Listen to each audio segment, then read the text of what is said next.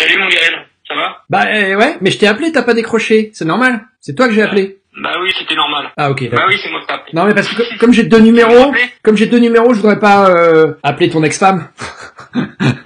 Tu vois, je sais pas quel est l'autre numéro, je sais pas qui il appartient. Tu vois. Ah bah je sais pas non plus. Je peux pas te dire. Ouais, bah, je te dirai.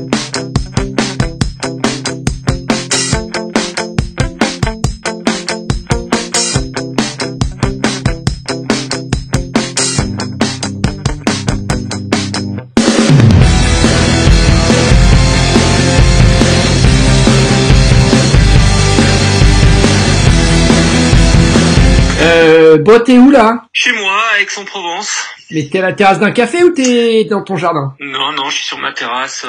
Enfin, pas encore sur ma terrasse, parce qu'il fait un peu frais le matin là. Ouais. Un petit retour de froid, mais au soleil, le soleil se lève, donc. D'accord. Voilà. Quelle heure il est pour toi? 9h, 8h? 8h30. Ok. Et t'as prévu On a 9 heures de décalage, ouais. 9h. Bon, moi, il est 23h30 mardi. Il est 8h30, toi, non? Ouais, donc on a... Non, c'est ça, on a 9h. Ouais, il est 8h30 du matin. On a 9h. Et alors, comment tu fais pour t'entraîner avec ce confinement-là? Bah écoute, un peu comme tout le monde, hein. Autour de la maison, j'ai la chance d'avoir une forêt qui est pas loin, donc j'en profite. On a la chance de pas avoir autant de pression que dans les villes. Ouais. Habitant un peu à la campagne. Ouais, t'habites à la campagne, faut le dire, ouais. Ouais, j'habite entre Aix-en-Provence et Aubagne. Donc je suis entouré de massifs. Sainte-Baume, massif de l'Étoile qui domine Marseille, Sainte-Victoire. Et vélo d'appartement. Voilà. D'accord. Mais tu veux dire que quand tu sors dehors, je te précise juste un truc quand même, pour pas que tu dises de conneries, c'est que la conversation est enregistrée. Hein. Non, mais je dis pas de conneries. Que tu sois pas balancé aux gendarmes par derrière, quoi. Non, mais comment tu fais? Parce que en fait, la règle, elle est quand même la même pour tous les Français. C'est-à-dire que t'as le droit de courir à, je sais plus, hein, mais c'est 1 kilomètre autour de chez toi ou quelque chose dans le genre, non? Voilà, c'est ça. Sauf que donc 1 kilomètre autour de chez toi, ça fait 2 kilomètres de cercle. Ouais. Voilà. Après, on a une forêt avec un parcours de santé qui est à côté, donc tu fais des allers-retours, tu fais des chemins. T'as le droit d'y aller. Il n'y a pas de dénivelé. Oui. On croise des municipaux, hein. Ah ouais, d'accord. Ils disent rien, quoi. Non, ils disent bonjour et ils comprennent tout à fait. Bon, il y a quand même, c'est un village. Il y a personne, un gros quoi. village. Il y a 10 000 habitants, mais beaucoup de familles, donc beaucoup d'enfants dehors à tour de rôle. Par contre, ce qu'ils veulent pas, c'est des regroupements. Bah, bien sûr. Voilà. Bien sûr. Mais il y a franchement très peu de contrôle, quoi. Très peu. C'est surtout les gens qui sont en voiture qui sont contrôlés. Ah ouais, pour pas qu'ils aillent faire n'importe quoi, on sait où. Voilà, hier, tu vois, je faire mes courses au centre commercial qui est à côté à 3 kilomètres. Je me suis fait contrôler au retour. T'as le coffre qui est plein de courses, tu prends rien. Donc, d'accord. Voilà. Et est-ce qu'ils ouvrent le coffre pour vérifier que t'as acheté des produits de première nécessité ou tu peux acheter tout ce que tu veux? Moi, on l'a demandé. Après, ils ont pas jugé ce que j'avais mes achats, mais ils ont contrôlé effectivement que l'attestation était en adéquation avec mon déplacement. Ouais, d'accord. Mais après, ils t'ont pas dit, attendez, le shampoing aux œufs là, c'est pas un produit de première nécessité. Non. Okay. On n'en est pas là encore. Non, je sais pas. Je sais pas. J'habite plus en France, donc je sais pas. Après, en toute honnêteté, ça peut dépendre du gendarme sur qui tu tombes. Hein. Ouais, c'est ça. Je vais te raconter donc une anecdote pour les gens.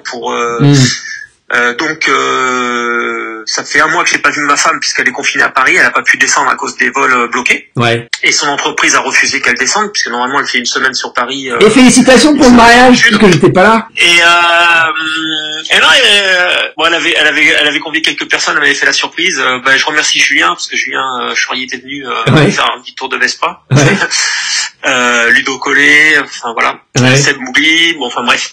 Et du coup, donc ça fait 1 mois qu'on s'est pas vu. Ouais. Il y a 15 jours, j'étais à la gendarmerie demander si je pouvais faire comme si j'avais un bracelet électronique, c'est-à-dire voilà, je souhaiterais monter à Paris voir ma femme, passer la semaine avec elle. Ouais. Je pointe au départ, je pointe à l'arrivée, à la gendarmerie d'arrivée, et il n'y a pas d'ambiguïté, je pars en vacances. Enfin voilà. Il y a 15 jours, on m'a dit oui, mais je suis pas monté parce que c'était la semaine où on avait nos enfants. Il m'a déconseillé de monter avec les enfants, et par contre il m'a dit seul vous pouvez le faire avec votre livret de famille, vos justificatifs de domicile. Ouais. Dimanche donc j'ai voulu j'ai été à la gendarmerie pour redemander l'autorisation et le gendarme m'a dit moi je comprends votre cas, vous tombez sur moi, je vous laisse passer, je vous dis rien, mais vous pouvez très bien tomber sur un motard. C'est un mec qui veut faire du zèle. Il a vraiment ciblé. Il m'a dit un motard un peu un peu pas gentil, un peu tendu, il va vous aligner. Oh, putain. Donc il m'a dit c'est des conflits. Il me dit moi ma famille est en Alsace. Ça fait un mois que j'ai pas vu mes enfants. Mon chef de compagnie, sa famille est à Aix-en-Provence. On est en caserne à Marseille. Il rentre même pas chez lui. Il me dit moi je vous le déconseille. De toute façon je pense que plus on en profitera maintenant et moins on en profitera plus tard. Donc il vaut mieux jouer le jeu maintenant. Ouais, vous êtes sérieux, que tout s'arrête. Et voilà. Comme je te posais la question hier par rapport à l'événement de fin août, voilà. Du TMB. Voilà, c'est tout. Voilà, tout à fait. Et ouais, bah oui, non, mais j'ai pas de réponse officielle là-dessus, mais quand tu vois que les événements du mois de juillet à Chamonix sont annulés, tu te dis, puis au rythme où ça va, quand tu écoutes ce que disent un peu les médecins à droite à gauche, j'habite plus en France, mais je suis quand même sur les réseaux sociaux ce qui se passe, les mecs te disent bien que d'après eux, ça continue encore d'augmenter les morts et les gens qui sont dans des états de santé vraiment graves. Ça augmente. Donc, je veux dire, on est loin de la fin, quoi. Pour moi, je vois pas comment un événement comme l'UTMB en août pourrait avoir lieu, tu vois. D'autant que c'est un événement qui rassemble non pas seulement des Français, mais des gens qui viennent de partout, et donc forcément de pays où la situation sanitaire sera pas la même, sera peut-être meilleure, sera peut-être moins bonne, tu vois. On peut pas savoir. Donc, franchement, je serais très étonné si l'UTMB avait lieu. Hein. Pour le moment, ils communiquent pas, mais. Ouais, et puis après, je pense qu'il y a un respect de tout.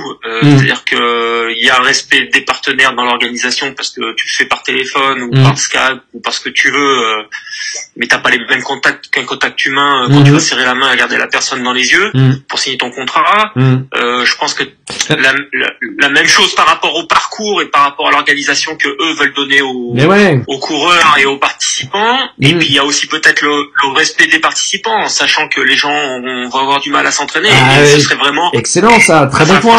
Bien sûr. J'ai très hâte de voir, même si j'ai pas mal décroché, de voir une course du World Track Tour, la première qui aura lieu, parce que là tu vas voir ceux qui ont joué le jeu. Et ceux qui n'ont pas joué le jeu du confinement, et tu vas avoir un paquet de popcorn, mais ça doit être juste extraordinaire. Mais en même temps, ça va partir dans tous les sens. Mais en même temps, tu pourras juger par nation, tu vois. Tu pourras, je suis d'accord avec ce que tu dis. Tu pourras juger, par exemple, parmi les Français, ceux qui ont un état de forme qui est, c'est comme les dopés du Tour de France, quoi. Tu vas te dire, attends, lui, il a pas respecté le confinement, il est au-dessus du lot. Bon. Mais par contre, non, il y a pas de dopé, Gaël, dans le Tour de France. Mais par contre, tu pourras pas faire de parallèle avec les autres nations, parce que regarde par exemple ce qui se passe en Corée du Sud. J'ai appris ça hier. En Corée du Sud, dans tous les bâtiments publics, je te parle pas de tous les halls d'immeubles privés, mais dans tous les bâtiments publics, dès que tu vas faire tes courses quelque part, t'es obligé de passer dans un sas, un truc super high-tech, où ils arrivent à te déceler si tu souffres, alors je sais pas si tu souffres du coronavirus ou pas, mais si tu présentes des symptômes qui peuvent être éventuellement associés au coronavirus. Et du coup, ils te mettent de côté et ils te sortent du système, quoi. Et ils te mettent en quarantaine. Et donc tu vas pas filer ta maladie à d'autres gens. Et c'est comme ça qu'ils sont en train de lutter en Corée du Sud. Plutôt que d'avoir arrêté tout le monde, ils arrêtent que les gens qui sont touchés par le virus. Ce qui est vachement mieux, quoi. En France, on n'a pas les moyens de faire ça, visiblement, mais c'est dommage. Quand tu vois l'Allemagne qui autorise le déplacement en vélo et qui le préconise, parce que ils disent qu'au niveau pulmonaire, cardiaque, il faut ouvrir les poumons, justement, il faut ventiler. Voilà. Et nous, on n'a pas le droit d'utiliser les vélos. Ouais, tu vois. Alors nous, notre problème, c'est pas par rapport, je pense par rapport au virus, c'est par rapport au manque de personnel, au manque de moyens qu'on a. Et comme le personnel, le peu qu'on a, qui est qualifié et focalisé sur ce virus et mis à disposition ou réquisitionné, ils ont peur de la chute. Oui, tu veux dire ils ont peur des accidents. Moi, j'ai vécu. C'est mon troisième confinement. Ah bon? C'est mon troisième confinement. Pourquoi c'est ton troisième confinement? Parce que en avril 2017, moi j'ai eu l'accident de vélo. Voilà, c'est une dame qui grille un stop. Ouais. Voilà, donc là, si demain tu vas faire du vélo et t'as quelqu'un qui fait pas attention, qui se dit il y a personne sur la route, parce que c'est vrai qu'il y a plus de voitures. Enfin, même les enfants sont surpris de voir personne, de voir des villes mortes comme ça. Mon fils le premier. Bon, ben voilà, demain t'as pas les pompiers pour venir te chercher, t'es sur le carreau. Tu fais comment? Voilà. Oui, mais c'est ce qu'ils préconisent effectivement, ne pas engorger les services d'urgence, les services médicaux avec d'autres problèmes. Hein, pardon? Donc c'est plus une protection. C'est une anticipation. En fait. Ouais, non mais c'est sûr. Non mais à l'inverse, ça justifie aussi. À l'inverse, moi, ce qui me fait peur dans la démarche actuelle du gouvernement, tu vois, c'est le suraccident. C'est-à-dire que on avait un virus qui était localisé à forte dose et on déplace les malades. Mais sur un déplacement de malade, t'es pas à l'abri, qui est loupé.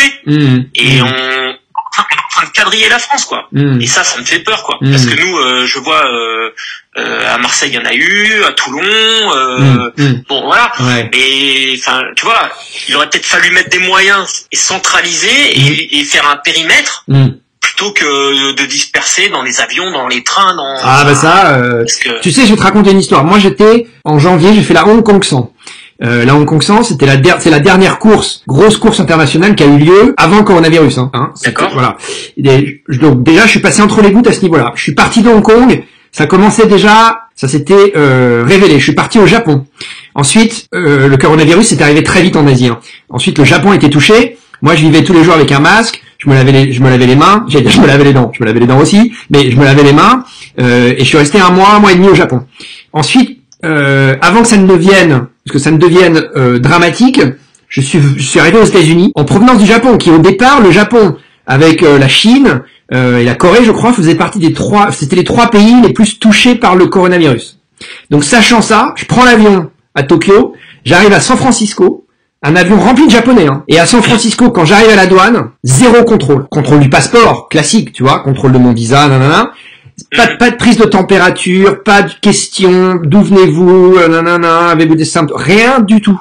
Et un avion, tu vois, centaines de gens venant du Japon, comme moi, qui sont arrivés aux États-Unis et qui potentiellement, puisque les porteurs. Et potentiellement, tu vois, tu peux ne pas avoir de symptômes et être porteur. Potentiellement, t'avais des gens atteints du coronavirus qui sont arrivés aux États-Unis et qui l'ont répandu, quoi, forcément, tu vois. Et moi le premier, Enfin, moi j'ai pas eu de symptômes, mais qu'est-ce que j'en sais que je l'avais pas. Tu vois ce que je veux dire? Et j'ai pas été bloqué, voilà. Alors que 3 semaines avant, je vais en Arabie Saoudite faire l'écotrail d'Arabie Saoudite, et là ils m'arrêtent à l'aéroport et pendant une demi-heure, ils me prennent ma température, ils discutent. Bon, au final, ils me laissent passer, tu vois, j'ai pas de température, rien. Mais au moins un léger contrôle en Arabie Saoudite, 0 contrôle aux États-Unis, tu vois. Et donc, je pense qu'en France, c'est pareil. Moi, je suis pas rentré en Europe à ce moment-là, mais ils l'ont pris un peu à la légère. Ils pensaient pas que ça arriverait chez eux. Ah ouais, mais attends, c'était loin. C'est pas qu'aux États-Unis, Au départ, ils ont pas. Ils ont mal jugé l'importance. Les Italiens, les Espagnols, tout le monde, le monde entier a mal jugé. Le monde entier. Au départ, les mecs, tu les écoutais, c'était une grippe, quoi. Les médecins, tu les écoutais, ils disaient, c'était une grippe, c'est bon. Attends, tu vois, tout le monde a mal jugé, les Américains comme les autres. Et maintenant, je pense qu'effectivement, là maintenant, ça s'est durci. Bref, donc tout ça pour dire, je suis d'accord avec toi quand tu dis que le problème, c'est qu'ils ont réagi trop tard et que le truc s'était déjà vachement répandu, quoi. Alors, je sais pas ce que tu avais planifié cette saison. C'était quoi à l'origine ta saison 2020? Bon, moi, j'écoute un peu tous les reportages là, tu sais, sur Endurance Mag ou les tiens. Voilà. Et après, bon, comme tu le sais, j'ai passé pas mal d'années chez les Jaunes et Noirs, chez Vibram. J'avais décidé de partir parce que justement, j'avais envie de retrouver cette liberté de pouvoir courir les courses que j'avais envie. Ouais, parce que quand t'étais dans ton team, faut expliquer un truc, c'est que t'as des courses qui te sont imposées par le team, quoi, c'est ça? En fait, le calendrier était imposé. Et chaque année, on faisait Vibram Hong Kong, Canaries, Lavaredo, UTMB, Réunion. Voilà. Et donc du coup, moi en 2016, je voulais plus retourner à la Réunion et je voulais aller faire le Grand to Grand. Et c'est ce qui a créé le clash en fait entre. Parce que tu l'as fait, le Grand to Grand. Parce que je l'ai fait. C'est là où t'as rencontré ta femme d'ailleurs. Oui, tout à fait. Ouais, t'as bien fait de le faire alors, tu vois. Maintenant, après il y a eu 6 mois après, il y a eu cet accident, donc voilà. Et j'en reviens donc justement sur le confinement parce que c'est vrai que beaucoup se disent on est à la maison, on peut pas sortir, voilà. Bah, ce qui est vrai. Moi, oui, ce qui est tout à fait vrai. Sauf que la plupart des gens qui sont chez eux aujourd'hui, à 95%, 98%, ce sont des gens qui sont valides et donc qui peuvent avoir une activité soit de renforcement musculaire, soit de vélo, soit de PG, soit voilà.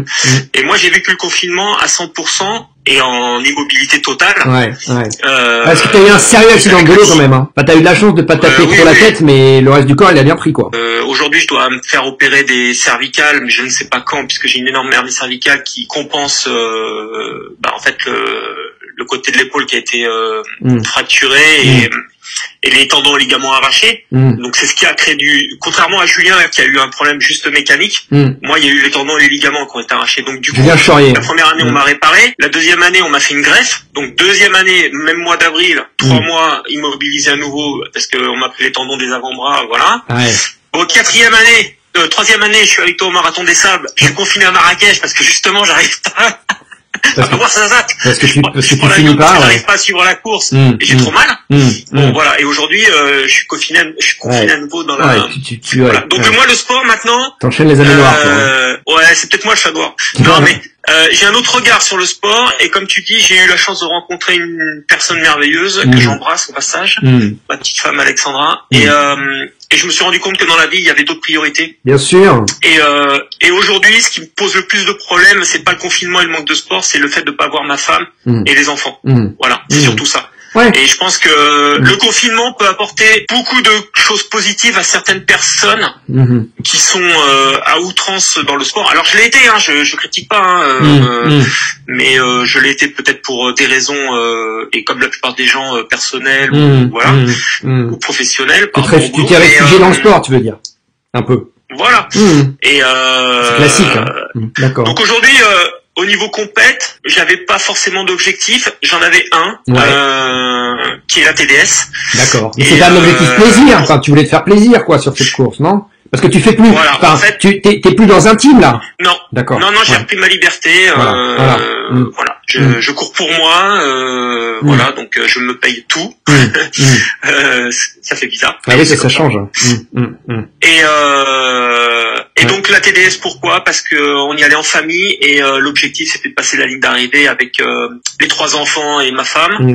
Elle aussi, elle était inscrite parce que ta femme, on peut le dire, elle a un sacré niveau aussi quand même, Alexandra. Ah ouais, elle était inscrite, mais elle n'a pas été tirée au sort sur l'OCC malheureusement. Ah, elle était inscrite à l'OCC, d'accord, ok. Ouais. Okay. On avait partagé la semaine en fait. Moi le mardi la TDS et elle. D'accord. Oui, pour pouvoir garder les enfants, bien sûr. Voilà. Et parce qu'après en septembre en fait on fait l'ultra trail de Serpenson en équipe à 2. D'accord. Donc ça aussi c'est kilomètres la course. Ça aussi c'est au conditionnel, hein. Ouais. On verra, non mais moi je suis comme toi, si tu veux, j'ai envie évidemment que les épreuves puissent se dérouler. Moi j'ai l'UTMB, j'ai le marathon des sables qui a été repoussé au mois de septembre, j'ai un Ironman au mois d'octobre. Bon, mais en même temps, faut rester prudent parce que au jour d'aujourd'hui, franchement, on ne sait pas du tout dans quel sens ça va aller, tu vois. Non, et c'est pour ça que je pense que certains se trompent, si tu veux, en voulant garder leur niveau d'entraînement. Parce qu'on sait pas. Non. Ils risquent d'arriver soit en surentraînement, soit fatigués. Voilà. Quand tu as certains qui font des doses, alors après je peux comprendre, on a besoin d'évacuer, mais faire 4 heures de home trainer, tu fais du vélo, tu sais ce que ça fait, quoi. 4 heures de home trainer, tu perds en sels minéraux, tu perds, mais c'est énorme 4 heures de home trainer. Il vaut mieux faire 2 fois 1h30 ou 2 fois 1 heure que 4 heures d'un coup, quoi. Mais après, bon, chacun voit midi à sa porte. Mais je pense que il vaut mieux garder une activité, tu vois, moi j'essaie d'alterner, c'est ce qu'on fait avec ma femme.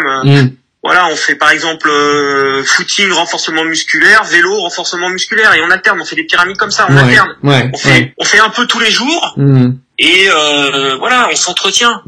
Après, on sait très bien, et moi je l'ai vécu, quand t'arrêtais 1 mois, tu perds pas grand chose. Par contre, quand tu commences à être arrêté 4 mois, là tu commences à bien le sentir. Mais donc non, pas forcément d'objectif. Non mais comme tu dis, t'as dit un truc vachement important, je suis assez d'accord avec toi, excuse-moi, je te coupe, c'est que du coup on revient aussi à des choses essentielles, quoi. Et le sport c'est bien, mais le sport à outrance, le sport de compétition, le sport à haut niveau comme ça, à moins d'être 100% professionnel, mais en course à pied c'est quand même très rare. Effectivement, moi je pense que l'effet bénéfique de ce coronavirus-là, de ce confinement, c'est qu'effectivement c'est de faire prendre conscience aux gens. Et certains, on connaît, toi et moi, le problème du surentraînement, non pas parce que toi et moi on a été surentraînés, mais parce que c'est un truc commun aux triathlètes. T'as été aussi toi triathlète. ou même aux trailers, qui font des très très longues distances. C'est pas plus mal aussi qu'un truc comme ça arrive et nous force à lever le pied, à réfléchir, à se poser, à laisser le corps et l'esprit récupérer. Moi, je suis assez d'accord avec toi là-dessus, tu vois. Et je pense même que ça peut, bon, alors après, ça dépend des managers de team et puis ça dépend des marques.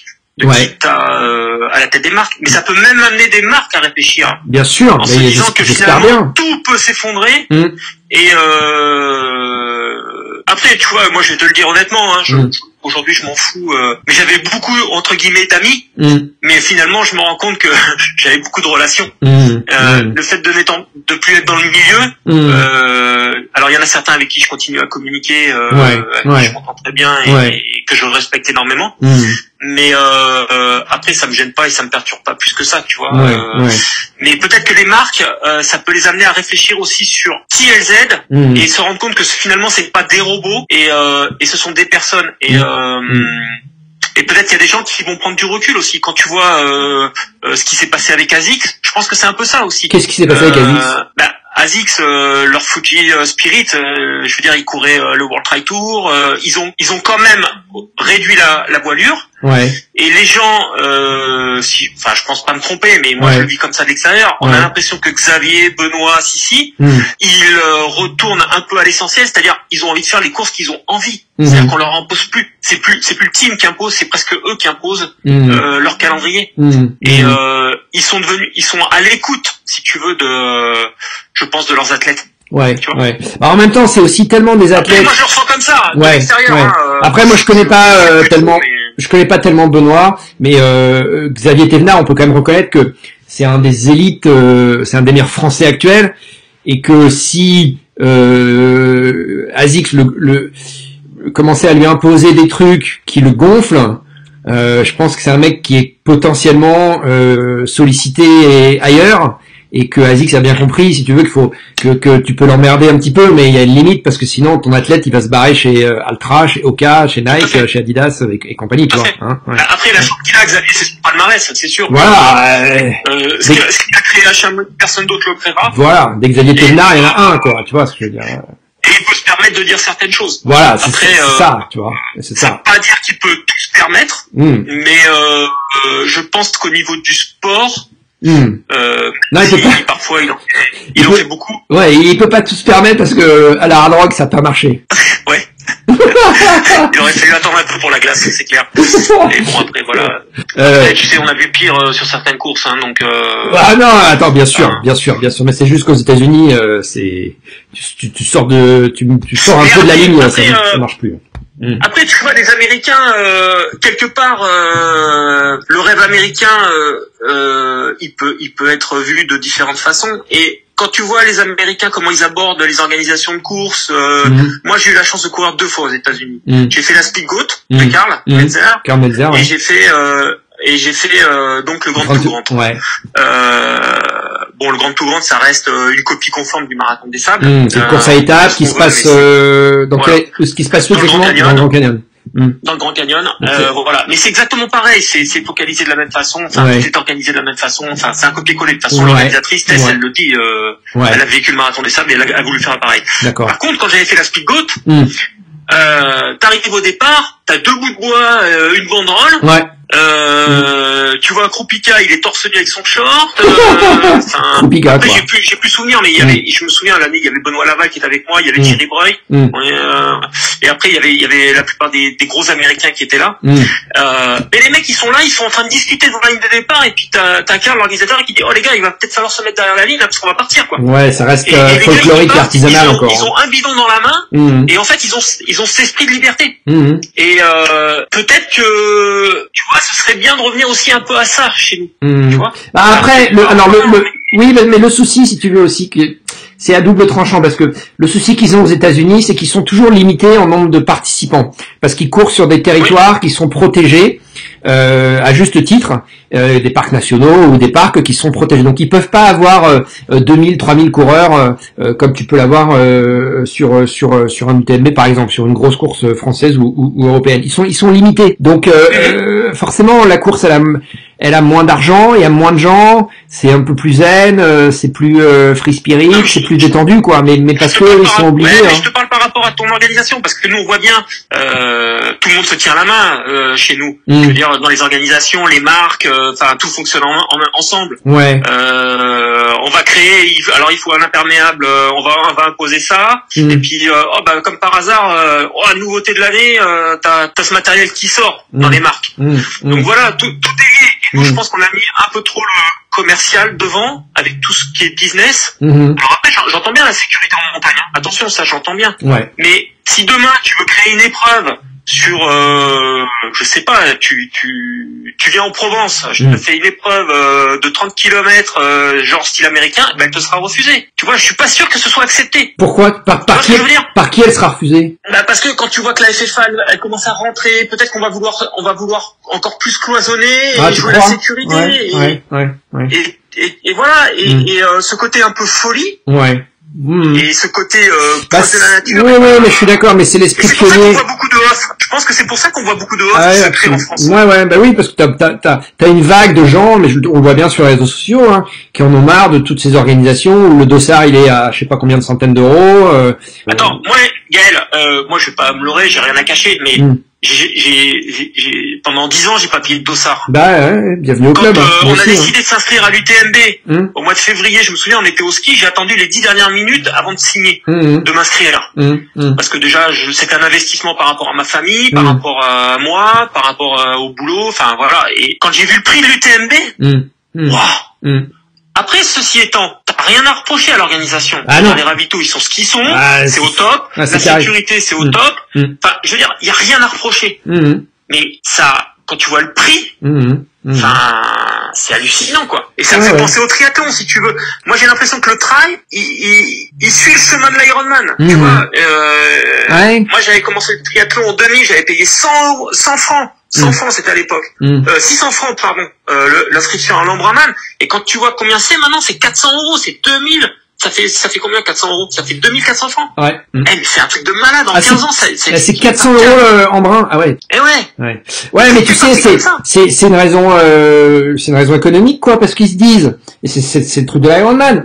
Moi j'en avais discuté avec le boss américain de l'Ironman. Je lui avais dit, mais il y a beaucoup de gens qui vous reprochent le prix de vos dossards. Et il m'avait dit, ouais, je comprends, mais en même temps, c'est vrai aussi que le service qui est offert sur une course Ironman, tu en as fait comme moi des Ironman, tu l'as pas sur ta course de village, quoi. Mais je suis d'accord avec toi. Tu vois, c'est une expérience incroyable. Après, tu te la payes, c'est le marché. Je veux dire, t'as pas les moyens de faire l'Ironman, bah tu fais pas l'Ironman. Mais il m'avait dit lui aussi, et avec raison, il m'avait dit bien sûr que tout ça c'est un business, bien sûr que tout ça c'est du marketing, etc. Mais rien ne vous oblige à faire un Ironman avec un vélo à 10 000 €. Vous pouvez faire l'Ironman avec un VTT si vous voulez. Nous on va pas vous empêcher de le faire. Vous n'êtes pas obligé d'avoir les dernières chaussures à 200 €, d'avoir la dernière combinaison à 600 €. Vous n'êtes pas obligé. Ouais, mais tu sais que le triathlète il mange, il boit, il dort triathlon. Ah ouais, mais n'empêche que c'est vrai. Il a raison. Même s'il est pas bon. Ah bah non mais après ça c'est un choix de consommation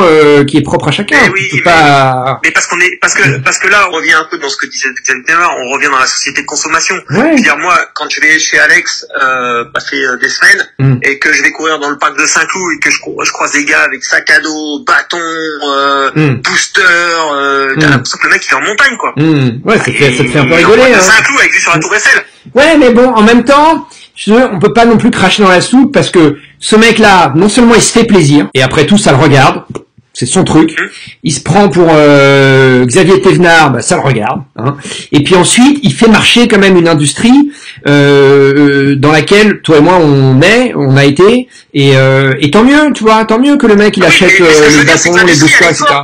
Tu vois. Non mais après, je crache pas et il est un peu ridicule dans le bois de Saint-Cloud, courir avec ses bâtons et son booster. Je suis d'accord avec toi, et son sac à dos de 3 litres, on est bien d'accord. Mais après tout, je veux dire, le mec, il emmerde personne, tu vois. Je veux dire, bon, c'est son. Non mais je suis d'accord avec toi. Il vit sa passion, voilà. Pour recentrer d'où c'est parti. Moi, je remercie d'ailleurs tous mes partenaires au passage qui ont pu m'aider pendant toutes ces années. Mais ce qu'on est en train de dire, tu vois, c'est que le marketing a pris le dessus sur le sportif. Voilà. Ouais. Et le sportif reste important. Et proposer des choses où la personne va s'éclater. Et moi, je pense que l'avenir, j'en avais parlé avec Julien au Marathon des Sables, enfin avec d'autres personnes. Je pense que l'avenir, franchement, pour relancer la machine, ce serait de faire des courses à étapes, mais pas forcément sur une semaine, sur 2 jours. Tu vois, où les gens, il y a de la convivialité le soir, le matin, tu te vois. Le mec, c'est ce que font, Germain Grangier et Cathy Schid. Tous les deux. Avec le One. Ouais. Ils ont créé cette course-là. T'as des épreuves qui sont beaucoup moindres, mais comme le Lozère Trail qui est sur 2 jours, tu cours dans les gorges du Tarn. Enfin voilà, c'est magnifique. Ouais, mais tu vois, donc ces épreuves-là, j'y vais cette année. Elles sont ouvertes à tous, donc rien n'empêche les gens de le faire, tu vois. Moi, ce que je trouve dommage, tu vois. L'esprit du trail. Ouais, je suis d'accord. Moi, ce que je trouve dommage avec l'UTMB ou les courses comme ça un peu iconiques, c'est que les gens veulent les faire pour cocher une case, pour pouvoir dire aux autres tiens moi je l'ai fait, tu vois. Et ça pour moi c'est dommage. Je comprends que le mec qui a jamais fait du TMB, il a envie de cocher ça pour dire moi je fais partie de la tribu UTMB. Bon, ok, mais je suis pas sûr que ce soit la bonne raison. Mais bon, après tout, en même temps, tu sais, regarde, moi oui, mais après, je peux comprendre la personne parce que c'est un objectif personnel. Ouais. La personne qui va faire son premier marathon. Après, justement, c'est ce que je te dis, c'est que cette surconsommation et ce marketing a fait que des gens, entre guillemets, ne respectent plus les courses. Je veux dire, la première année où j'avais fait la Diagonale des Fous, je me souviens, j'ai passé la ligne d'arrivée, je me suis évanoui, quoi. Je me suis réveillé le lendemain matin, j'étais défoncé complet. Il m'a fallu l'année où j'ai voulu faire le Marathon des Sables, la première année où on s'est rencontrés d'ailleurs en 2010. Où tu fais premier français. Mais je voulais pas y aller. Parce que c'est un budget énorme et je me sentais pas à la hauteur. Je respectais la course, tu vois, la dureté de la course, l'engagement, enfin tout ce que tu pouvais mettre en amont, tout ça. Ouais. Et non, les gens ils vont s'inscrire à la Réunion comme s'ils allaient faire un 10 km. Ah ouais, ça c'est. Mais quelque part, il y a même pas le respect par rapport à la course, tu vois. Enfin, je sais pas comment expliquer. Non, mais je suis d'accord avec toi. Mais bon, faut quand même dire aussi que généralement ces gens-là, ils se prennent une grosse claque. Hein. Tu finis pas la Réunion ou l'UTMB, tu vois. Ouais, mais après, la sagesse, elle prend jamais le dessus, quoi. T'auras beau leur expliquer, ça se fait pas comme ça. Ils ont envie. Alors même si quand t'as décidé quelque chose, de mettre un dossard sur telle course, t'as fait 60% du chemin. C'est là où des fois je disais à certaines personnes dans les teams, je dis, t'imposes une course, c'est pas bon. Le mec, tu vas l'obliger à courir à un moment où il a pas forcément envie. Donc comment veux-tu qu'il se prépare sereinement? Il peut pas se préparer. Ouais. Alors que si lui, il fait le choix d'aller à cet endroit-là et qu'il te dit, voilà, moi, je veux aller là parce que je le ressens, voilà, il a fait 60% du chemin, le gars. Et après, pour lui, quand il va être à l'entraînement, il va visualiser qu'il va être, voilà, tu vois, Mais après, tu vois, je suis d'accord avec ce que tu dis, et je pense que c'est à nous, les médias, d'éduquer un peu les gens. Tu vois, regarde, je vis aux États-Unis maintenant, et les États-Unis, c'est le pays dans le monde où les gens, ils consomment, non-stop, jour et nuit. Non seulement c'est le pays d'Amazon, tu vois, regarde, je discutais encore aujourd'hui avec une copine, elle me dit Amazon, ça fonctionne du feu de Dieu en ce moment. Les livraisons aux États-Unis, Amazon, ça ne s'arrête pas avec le coronavirus. Hein. Donc eux, le business, il a pas stoppé. Hein. Je pense même que le business, il a bien été, il prend une bonne, il est bien dans les hauteurs là. Il a pris une bonne hausse. Tant mieux pour eux. Hein. Mais ici aux États-Unis, tu peux tout acheter en permanence, jour et nuit. Les magasins ils sont ouverts jour et nuit. Ils ferment à 11h du soir ou c'est du 24/24. Après, c'est à toi de te polisser toi-même. C'est à toi d'être mature et de dire bah non, je vais pas claquer toute ma thune dans des trucs dont j'ai pas besoin. Voilà. Mais c'est vrai que c'est tentant. C'est vrai que c'est tentant. Et quand l'UTMB tu offres ça aux gens, tu leur proposes ou de faire un Ironman. On parlait de faire un Ironman tout à l'heure. C'est tentant quand t'as un peu d'argent de te dire bon bah 500 € dans un dossard c'est que dalle, 10 000 € dans un vélo c'est que dalle et je vais faire de l'Ironman et comme ça je vais me sentir bien et je vais frimer etc. Bon après c'est la liberté aussi tu vois mais je pense voilà mais malheureusement c'est après je suis le premier j'ai été pendant 2 ans sur le bord du chemin à aider Alex sur l'OCC ou la CCC. J'ai assisté au départ du TMB, je suis en larmes à chaque fois. Ouais. Enfin voilà, bien sûr. Mais tu vois, c'est ce que tu disais tout à l'heure, je pense que ce coronavirus, il a le bénéfice de rappeler un petit peu les choses essentielles de la vie. Quand tu vois le nombre de personnes qui partent, on en parlait hier, quand tu vois le nombre de personnes qui partent, on a perdu 2 figures emblématiques. Je dis on, pardon. Mais quand tu vois que Hidalgo et Pape Diouf sont décédés dans la semaine, c'est des figures iconiques de l'OM. Enfin, je veux dire, là il y en aura d'autres. Bien sûr. Et puis il y a des gens qui perdent des proches tous les jours, hein, à cause du coronavirus. Voilà, donc effectivement. Et ça peut arriver super vite. Absolument. Et du coup, hier, tu vois, je le disais à Alex, je lui dis, tu sais, des fois, j'ai peur de pas te revoir, quoi. Je sais pas, on sait pas quand est-ce que ça va arriver. Ah bah, c'est sûr. Après, on dit le sportif, il est en pleine santé. Alors oui, le sportif, il est en pleine santé. Il y a des sportifs qui tombent, hein. Le sportif, il est plus fragile aussi. Non, mais maintenant, ça touche tout le monde. Au début, on disait, ça touche. Il est plus faible. Ouais, au début, on dit, ça touche que les vieux, mais ça touche tout le monde, hein. Des jeunes, très jeunes, y a pas de... Personne n'est immunisé, donc c'est sûr et certain. Donc il faut faire très très attention, effectivement. Et effectivement, je suis d'accord avec toi, tu fais moins de sport, mais tu te recentres sur des choses plus essentielles, la famille, la santé. Tu réfléchis un petit peu à ce que tu fais de ta vie parce que tu te rends compte que autour de toi tes proches peuvent mourir, toi-même tu peux mourir et puis dans des conditions pas sympas parce que si t'es à l'hôpital et qu'on t'empêche de voir les tiens ou que tu as tes parents qui sont très très malades et qu'on t'empêche de les voir parce qu'ils sont ils ont le coronavirus, c'est sûr que c'est pas fun, c'est triste quoi. Et donc je pense qu'effectivement le côté positif, si on peut dire ça comme ça, hein, de ce coronavirus, c'est que ça nous contraint à nous recentrer sur des choses beaucoup plus essentielles et beaucoup plus importantes de la vie. Et je pense que ça peut faire du bien à plein de gens, effectivement. Et tout à fait. Et les gens qui sont en famille, qui ont la chance d'être en famille, et oui. Ça leur permet de partager. Je veux dire, tu peux aller courir avec ta femme, tu peux aller courir avec tes enfants, tu peux faire des choses que tu ne faisais pas. Et tu peux être sensibilisé ça peut être un moyen d'être sensibilisé à d'autres pratiques. Tu peux faire des choses que tu faisais pas. Tu peux faire des choses que tu ne faisais plus parce que tu ne prenais toi pas le temps de les faire. Bon, ça fait 10 ans qu'on se connaît, mais t'as connu ma vie d'avant, voilà. Et ma vie d'aujourd'hui, c'est pas la même. Je veux dire, je partage. J'ai fait beaucoup de courses en duo avec Alex, et tu découvres autre chose. Et c'est tout aussi riche, bien sûr, que de faire ta propre course et essayer d'aller chercher un classement. Quoi. Sincèrement, hein. Je le dis en toute honnêteté. Et c'est pour ça qu'aujourd'hui les dossards ne me manquent pas forcément, parce que parce que mais t'en as bien profité avant aussi quand même. T'en as bien profité avant aussi quand même. Avant t'étais aussi plus jeune, t'étais aussi t'étais à un autre moment de ta carrière aussi, donc t'en as bien profité et effectivement tout est arrivé à point nommé pour toi pour tourner un petit peu la page, cette rencontre avec Alex, tout s'est bien goupillé à ce niveau-là. Mais c'est vrai qu'avant t'étais aussi vachement plus élite quoi. Donc c'était peut-être plus difficile. Mais alors moi je me suis jamais considéré comme un élite, passionné. Non mais c'est sûr que je me suis vraiment investi dans tout ce que j'ai fait. Bah oui. Mais parce que voilà. Non mais élite j'ai eu des déceptions aussi avec des marques. Entre guillemets, c'est pas que t'as jamais été Kylian Jornet, mais tu faisais quand même partie des rares Français à être dans des teams, à être sponsorisé, à pas payer ton matos, à pas payer tes voyages, à pas payer tes courses. Il y a pas beaucoup de gens comme ça. Donc c'est ça que je veux dire quand tu dis élite, évidemment. Hein. Donc tu faisais quand même partie d'une certaine élite du trail running français. Tu as été très fort à un moment donné et t'en as bien profité et tant mieux. Et sans doute que Alex est arrivé à point nommé dans ta vie à un moment donné où tu étais peut-être aussi prêt, peut-être et plus disponible qu'auparavant pour tourner la page et passer à autre chose et que tu découvres justement le plaisir du partage, comme tu dis. Partage, c'est un mot qui vient de toi, c'est toi qui utilises ce mot. Ah bah tout à fait.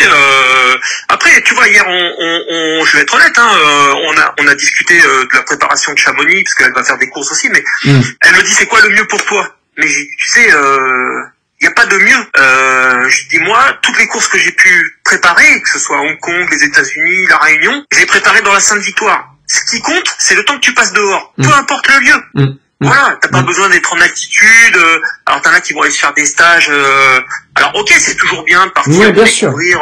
Mais souvent, nous on a la chance d'avoir du soleil et d'avoir un terrain de jeu formidable. Dans le sud, tu vis dans le sud, toi. Dans le sud, ouais.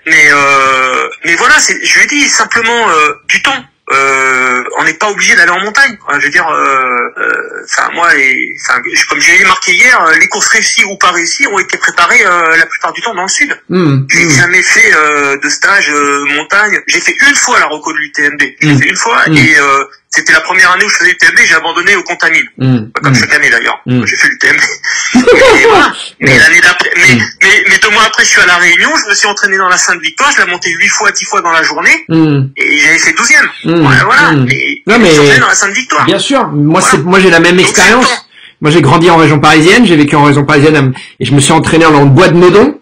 Dieu sait que dans le bois de Meudon, il y a ça monte quand même pas très haut. Et j'ai fini 4 fois l'UTMB en m'étant entraîné dans le bois de Meudon. Voilà. Avec la 6000D quand même un mois avant, au mois de juillet, à chaque fois pour bon. Oui, mais quand t'as fait une course, mais après voilà. C'est dans la tête, on est bien d'accord. Je lui dis, moi, la seule chose qu'il faut que j'ai, c'est de partager avec toi. Donc je lui dis, je partirai peut-être plus tôt avant toi, je partirai peut-être 2 heures avant toi ou 3 heures avant toi. Et puis on fera 3 heures ensemble. Et voilà. Et ça, pour moi, ça a vachement plus d'importance que d'aller 4 jours en montagne seul, tu vois, avec le sac à dos. Alors voilà, c'est tout. Mais ouais, mais tu l'as fait ça toi aussi avant. Comment? Tu l'as fait ça avant quand t'étais plus jeune? Non, j'ai pas fait de stage comme ça. Non. J'ai jamais fait. J'ai dû monter. De temps en temps, j'ai dû monter une journée à Gap parce qu'on a 1 heure de Gap. Donc voilà, je faisais le Vieux Chailleul, ça monte à 3003, je crois, le Vieux Chailleul. Voilà, je me faisais 2 montées au Vieux Chailleul et je redescendais. Je me faisais une journée comme ça où je me le faisais plus pour des journées de plaisir où je montais à Embrun la journée en vélo et je me tapais 150 bornes et je redescendais parce que j'aime faire du vélo en montagne. Mais Embrun, tu l'as fait combien de fois déjà? Tu l'as fait Embrun, hein? Embrun. Je l'ai fait 6 fois. Combien? 6 fois. Oh la vache. C'est beau ça. Bah oui, mais la première année, j'avais dit plus jamais, mais en fait, je suis revenu tous les ans. 6 fois, tu l'as fait? Oh la vache. Et tu l'as fini 6 fois? J'ai fini 5 fois. J'ai arrêté 1 fois sur casse. Ouais, ok. Ah, c'est beau, hein. Parce qu'Embrun, c'est dur, hein. C'est un beau trait. Ouais, c'est magnifique. Donc, ton objectif, là, c'est d'essayer de voir ta femme, quoi. Voilà. Non, mais. C'est plus important. Bah oui, non, mais voilà, je veux dire, hein. Et ton fils, rappelle-moi quel âge il a, ton fils? 10 ans. Il a 10 ans. Et comment il vit, lui, ça, cette affaire-là? Alors, c'est dur avec les enfants parce que la maîtresse envoie les devoirs journaliers la veille au soir, donc on est censé les faire travailler, voilà. Mon petit garçon, il est pas du tout branché tablette, il est plus... C'est un petit commando, lui. Ouais, donc c'est un petit Gaël, tu vois. C'est dur de le faire travailler, donc les enfants, ils ont l'impression d'être un peu en vacances. Après, ils comprennent qu'il faut travailler, mais bon, moi, contrairement à certains, je sais pas comment font les autres parents, mais moi, je le fais travailler en 3 fois. Tu vois, je le fais travailler un peu avant manger, après manger, après on va marcher, on va dans la colline, on va marcher parce que les enfants n'ont pas le droit de faire de vélo non plus. Donc ça c'est un peu compliqué parce qu'il adore ça, le VTT. Donc on part, on fait 6-8 km en marchant, on marche des fois un peu plus, hein, on marche 1 heure, 1h20. Ouais. Avant que le confinement soit durci, on allait dans la colline à Mimé, là on faisait un peu de dénivelé ensemble. Et des fois en marchant, on reparle de l'anglais, on parle de... Ah d'accord, d'accord. Ouais, des fois, voilà, j'essaie de le faire travailler, mais comme ça, des fois, et après on retravaille 1 heure en rentrant. On travaille en 3 fois. D'accord. Voilà, moi je fais comme ça. T'as dit l'utile à l'agréable. Bah oui, et puis, la concentration d'un enfant de 10 ans sur 1 heure, c'est 6 à 8 minutes, donc tu peux pas l'obliger à être 2 heures. Il est chez lui, il est dans un contexte qu'il connaît, il va se lever pour aller aux toilettes, il va se lever, qu'il ferait sûrement pas en classe, tu vois. Il va se lever parce qu'il a soif, il va se lever parce que... voilà. C'est difficile de rester concentré, c'est sûr. C'est très difficile pour les enfants, je pense que c'est très difficile, et quand ils vont prendre l'école, ça va être très compliqué. Et je pense que ceux qui vont avoir les examens à passer, je sais pas comment ça va se passer pour eux, mais... ça va être chaud quand même. Ça va être chaud je pense en termes de concentration. Parce que t'as beau réviser chez toi, entre 4 murs dans ta chambre, bon bah t'es sur ton lit ou sur ton bureau, mais t'es pas en classe quoi. T'as pas la même attention. Je pense que et cette concentration, la retrouver quand t'es en examen, ça va être compliqué quoi. Ça va être compliqué. Juste pour le mot de la fin, c'est ta plus belle, ton plus beau souvenir de en trail running, enfin de sportif.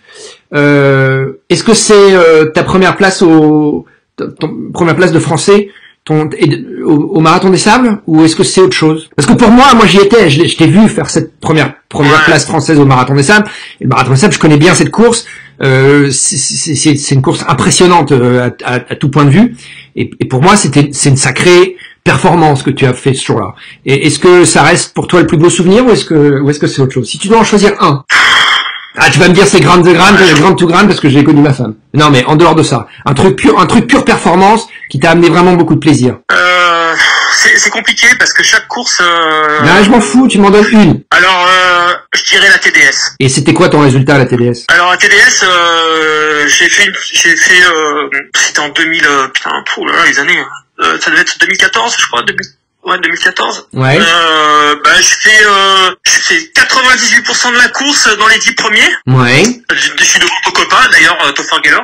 Ouais. Et puis en fait j'ai plein de copains sur la route que je vois. En fait je pars avec Xavier. Au départ je suis avec Xavier. Je pars avec Xavier. Et je suis très décontracté. Et tout se passe bien. Ouais. Et puis on avait un photographe chez Vibram, un super ami qui s'appelle Cyril Bussa de Photosport. Ouais. Et il devait suivre la TDS. On était 4 athlètes. Et je sais pas, le manager Jérôme, il a senti que ça devait être mon jour au col du Petit Saint-Bernard. Il a dit à Cyril, Cyril qui habite à 3 km de chez moi, hein, que j'ai fait rentrer dans le team. Ouais. Il lui dit, suis Seb, laisse tomber les autres, je le sens. Ouais. Et en fait, c'est Cyril qui m'a fait mes ravitaillements, tout ça, sauf qu'il avait jamais fait de ravitaillement. Et du coup, à chaque fois que j'arrivais au ravito, et je revois encore l'organisateur à Bourg-Saint-Maurice, mort de rire, parce qu'en fait, il m'avait pris mon sac de ravito, il avait tout posé sur la table, mais il avait rien sorti. Et en même temps, il me contrôlait mon sac. Et je lui dis, t'as vu, je suis dans un team, mais je me démarre tout seul. Et il me dit, ouais, mais c'est excellent. Et en fait, avec Cyril, on se voyait quand il pouvait, et à chaque fois, il hurlait, allez Seb. Et je l'ai vu... En fait, on a vécu la course tous les deux. Et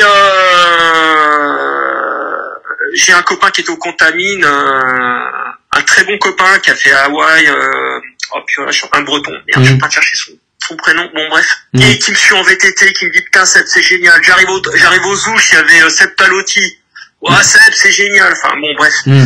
Et en fait, panne sèche au lac, à Chamonix là, comment il s'appelle le lac à l'entrée de Cham là. Ouais. À 5 km de l'arrivée, hein, mais panne sèche complète. Hein. Ouais. Et là, je perds 4 places. Et je finis en marchant. J'arrivais plus à courir. Ouais. Et parce que je pense que la tête a lâché aussi. Hein. Et je rentre dans la dernière ligne droite. Et là, il y avait à l'arrivée, il y avait Ludo, il y avait Seb Moukli, il y avait des copines alsaciennes, il y avait Cyril, il y avait tout le team Vibram, et il y avait Dawa avec sa femme, il y avait Ali. Et je passais à la ligne d'arrivée et je sais pas, ils m'ont tous pris dans les bras. Et je me suis mis à pleurer. Et Catherine Poletti vient vers moi et me dit pourquoi tu pleures? Et je lui dis mais j'ai loupé ma course. Elle me dit mais t'as pas loupé ta course. Tu fais 12e. Mais j'ai dit ouais mais enfin j'ai tout perdu en 4 km quoi. Parce que c'était le côté humain si tu veux, c'est le côté humain que j'ai vécu toute la journée avec mon pote Cyril. Voilà. Ah c'est une belle histoire. Mais après oui je dirais le Grand to Grand parce qu'aujourd'hui ma vie elle est merveilleuse. Voilà. Tout simplement. Avec Alex. Ouais. Qu'on embrasse. Et c'était quelque chose qui n'était pas prévu puisque j'ai décidé d'aller au Grand to Grand début juillet et les inscriptions étaient closes. Ouais. Et l'organisatrice a accepté que je m'inscrive. Voilà. J'ai tout fait en 3 mois quoi. Ouais. Donc ça devait être le signe du destin. C'était le destin, mon Seb. C'est ça. Voilà. Bah c'est bien, joli choix, belle histoire ton histoire de la TDS, tu vois. C'est bien, bravo. Ouais, c'est émouvant ton histoire avec ton pote, tout ça. Comme quoi le sportif. Ouais, parce que c'était pas prévu, c'est un truc qui non mais je comprends. Des kilomètres en fait. Ouais, et puis le côté pure performance, résultat sportif, c'est pas ce qui a compté le plus pour toi. Ce qui a compté le plus pour toi, c'est ton aventure avec ton pote. Non, c'est ce qu'on a partagé. Ouais. Ça fait des années qu'on fait des photos pour Vibram, pour BV, pour d'autres marques. Et, comment il s'appelle? Cyril Bussa. Quelque part, c'était aussi peut-être pour lui la première fois de vivre. Je pense que il a vécu la course aussi différemment pour une fois, quoi. Tu vois c'était pas plus qu'un reportage. Ouais, je comprends. Et c'est vrai qu'on en parle souvent. Hein, on boit le café une fois par mois ensemble sur la place du village. On s'appelle, on se boit un café et on repense à plein d'anecdotes, tu vois. Et c'est vrai que c'est un souvenir qui est très fort. C'est bon ça. Très très fort. Ouais, belle histoire. Voilà. Mais tu vois, voilà, c'est en lien avec ce qu'on disait. La compétition, tu vois, c'est vraiment. De quoi? J'ai pas entendu le début.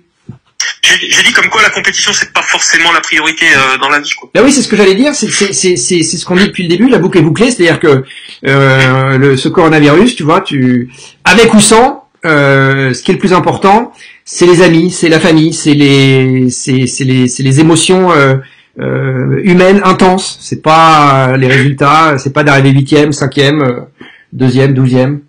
C'est pas ça le plus important dans la vie. Non, mais après, regarde, on s'est rencontrés par hasard en 2010, donc sur le marathon des sables quand t'étais en sandales. Je m'en souviendrai tout. J'ai failli te battre, hein. J'ai failli te battre cette année, mais c'était pas passé loin.